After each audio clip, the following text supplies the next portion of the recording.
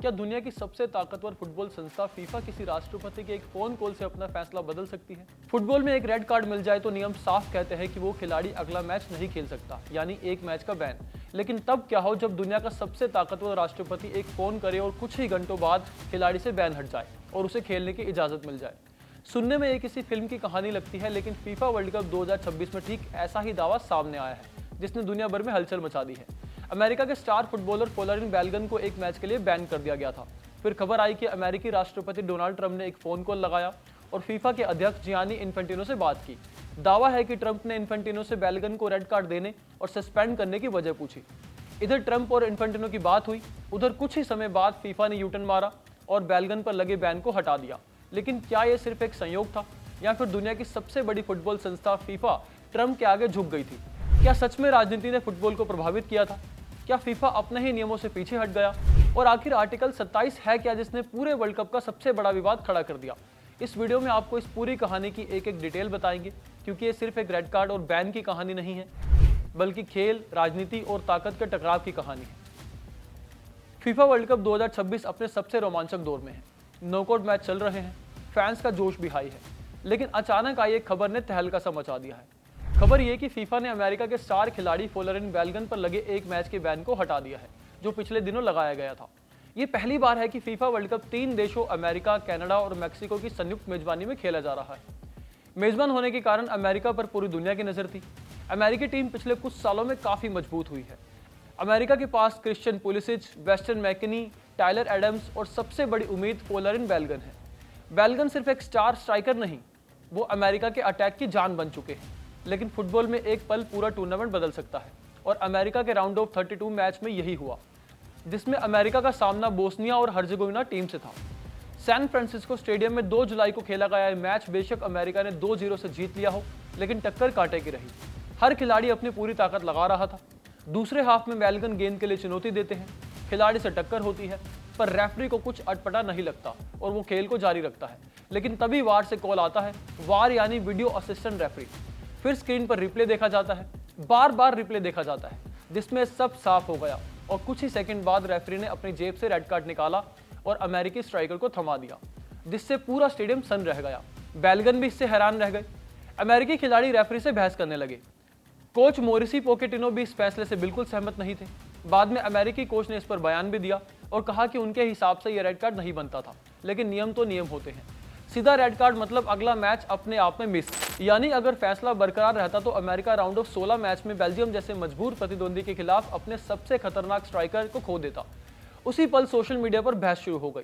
कुछ लोगों ने कहा रेड कार्ड बिल्कुल सही था, तो कुछ का कहना था कि वॉर ने मैच का सारा रुख बदल दिया। लेकिन किसी ने नहीं सोचा था कि यह मामला कुछ ही दिनों में व्हाइट हाउस तक पहुंच जाएगा और फिर इसमें एंट्री होगी राष्ट्रपति डोनाल्ड ट्रंप की। बेलगन के रेड कार्ड के बाद अमेरिकी मीडिया में बहस तेज हो गई। हर जगह एक ही सवाल था कि अमेरिका के साथ बहुत ज्यादा सख्ती हुई। इसी बीच खबरें आने लगी कि अमेरिकी प्रशासन इस मामले पर नजर बनाए रखे हुए है। और फिर एक नाम अचानक सुर्खियों में आया, डोनाल्ड ट्रंप। न्यूयॉर्क टाइम्स की एक रिपोर्ट के मुताबिक राष्ट्रपति ट्रंप ने फीफा अध्यक्ष जियानी इन्फेंटिनो से बातचीत की, लेकिन कहानी यहीं खत्म नहीं हुई। सबकी नजर अब फीफा के फैसले पर टिकी थी। क्या बेलगन बाहर रहेंगे? क्या अमेरिका अपने स्टार स्ट्राइकर के बिना खेलेगा? इस बीच फीफा ने एक ऐसा कदम उठाया जिसने विवाद को और बढ़ा दिया। दरअसल फीफा ने फुटबॉल के आर्टिकल 27 का इस्तेमाल करते हुए बेलगन के एक मैच के बैन को हटा दिया। फीफा ने बैन को तुरंत लागू करने के बजाय इसे 1 साल की प्रोबेशन अवधि के लिए स्थगित कर दिया। सीधी भाषा में समझे तो बेलगन को वार्निंग देकर और शर्तों के साथ खेलने की अनुमति मिल गई, यानी अब वो बेल्जियम के खिलाफ मैच खेल सकते थे। बस यहीं से पूरी दुनिया में ये नैरेटिव फैल गया कि ट्रंप का फोन आया और फीफा झुक गया। उधर ट्रंप ने भी सोशल मीडिया पर सरेआम पोस्ट कर दिया। ट्रंप ने लिखा, फीफा को सही काम करने और एक बड़े गलत फैसले को पलटने के लिए धन्यवाद। ट्रंप के इस पोस्ट ने लोगों का शक और बढ़ा दिया, लेकिन फीफा ने अपने आधिकारिक बयान में कुछ और ही कहा। फीफा के मुताबिक बेलगन से सस्पेंशन हटाने का फैसला ट्रंप के फोन की वजह से नहीं, बल्कि आर्टिकल 27 के तहत लिया गया है। फीफा ने अपने बयान में कहा, एफडीसी के आर्टिकल 27 के तहत अमेरिकी खिलाड़ी फ्लोरिन बेलगन के लिए ऑटोमेटिक मैच सस्पेंशन को 1 साल की प्रोबेशन अवधि के लिए रोक दिया गया है। लेकिन असली विवाद अभी बाकी था। अमेरिका का राउंड ऑफ 16 मुकाबला बेल्जियम से हुआ, जो काफी मजबूत टीम थी। लेकिन बेल्जियम फुटबॉल एसोसिएशन ने बेलगन से बैन हटाए जाने के फैसले पर नाराजगी जताई। एसोसिएशन का कहना था कि अगर रेड कार्ड दिया गया था तो फिर उसे हटाया क्यों गया? नियम सब पर बराबर लागू होने चाहिए। यहीं से बहस 2 हिस्सों में बंट गई। एक पक्ष कह रहा था कि फीफा ने अपने नियमों के अंदर रहकर फैसला किया, आर्टिकल 27 पहले भी इस्तेमाल हो चुका है। बेल्गन इसका दूसरा उदाहरण है। जबकि अन्य पक्ष का ये कहना है कि अगर कोई छोटा देश होता तो क्या यही राहत मिलती जो बेल्गन को मिली? क्या अमेरिका को मेजबान देश होने का फायदा मिला? क्या राजनीति और फुटबॉल अलग नहीं रह पाए? क्या फीफा ने वाकई कोई असाधारण फैसला लिया या लोग नियमों को गलत समझ रहे थे? सवाल यह भी है कि क्या फीफा ने डोनाल्ड ट्रंप के दबाव में अपना फैसला बदला? सोशल मीडिया पर यही कहानी सबसे ज़्यादा वायरल हो रही है, लेकिन जब आधिकारिक जानकारी और विश्वसनीय रिपोर्ट्स को देखें तो तस्वीर थोड़ी अलग दिखाई देती है। बेशक रिपोर्ट में यह कहा गया कि ट्रंप ने फीफा अध्यक्ष जियानी इन्फेंटिनो से बेल्गन के मामले पर बातचीत की और फिर फीफा ने बेल्गन को बेल्जियम के खिलाफ खेलने की अनुमति दे दी, लेकिन फीफा ने इस बात को सिरे से नकारा है कि उसके ऊपर कोई दबाव बनाया गया। एक तरफ वर्ल्ड कप, दूसरी तरफ राजनीति और बीच में फीफा का एक बड़ा फैसला जिसने पूरी दुनिया में बहस छेड़ दी कि क्या बेल्गन को सही राहत मिली, क्या नियमों का सही इस्तेमाल किया गया, या ये सिर्फ संयोग था कि ट्रंप की बातचीत के बाद फैसला आया। इस सवाल का जवाब शायद आने वाले समय में मिले।